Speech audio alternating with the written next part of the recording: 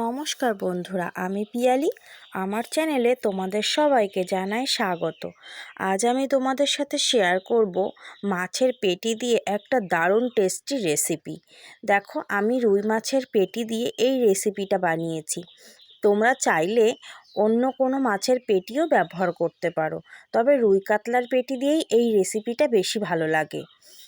দেখো, প্রথমেই আমি মাছের মধ্যে দিয়ে দিলাম পরিমাণ মতো লবণ, হলুদ আর লঙ্কার গুঁড়ো, আর দিয়ে দিলাম জিরের গুঁড়ো, ধনের গুঁড়ো।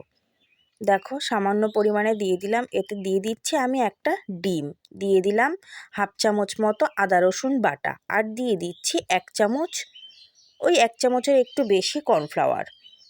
দিয়ে সমস্ত কিছু একসাথে মিশিয়ে মাছটাকে এখন আমি ম্যারিনেট করে রেখে দেব বেশ খানিকক্ষণের জন্যে। দেখো, এইবার ম্যারিনেট করা হয়ে গেছে। আধা ঘন্টা পরে আমি তোমাদের সাথে ফিরে এসেছি। কড়াইতে একটা তেল গরম করে নিয়েছি। নিয়ে আমি এক এক করে মাছের পেটিগুলোকে দিয়ে বেশ লাল লাল করে ভেজে নেব। দেখো,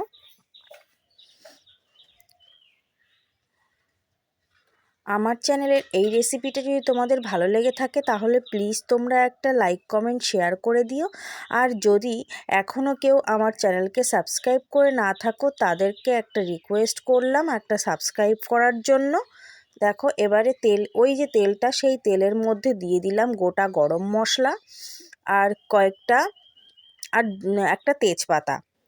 দিয়ে দিচ্ছি বেশ কিছুটা পরিমাণ পেঁয়াজ কুচোনো, দিয়ে এবার নাড়তে থাকবো।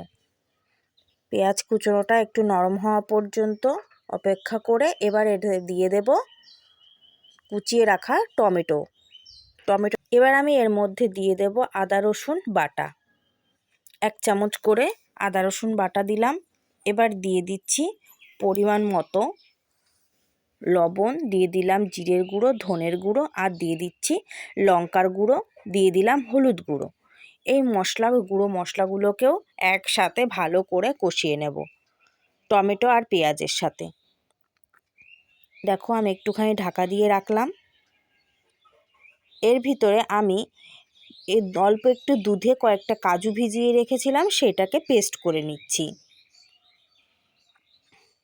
মাঝে মাঝেই কিন্তু আমি নেড়ে চেড়ে দিয়ে বেশ খানিকক্ষণ কষিয়ে নিয়েছি। এবার আমি এতে দিয়ে দেব যেই পেস্টটা করে রাখলাম দুধ আর কাজু বাদামের, সেটাকে দিয়ে দিলাম।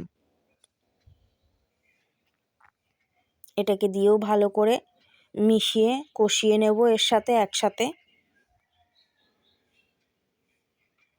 এবার আমি এতে দিয়ে দিচ্ছি কয়েকটা কাঁচা লঙ্কা, দিয়ে এবার দিয়ে দিলাম পরিমাণ মতো জল।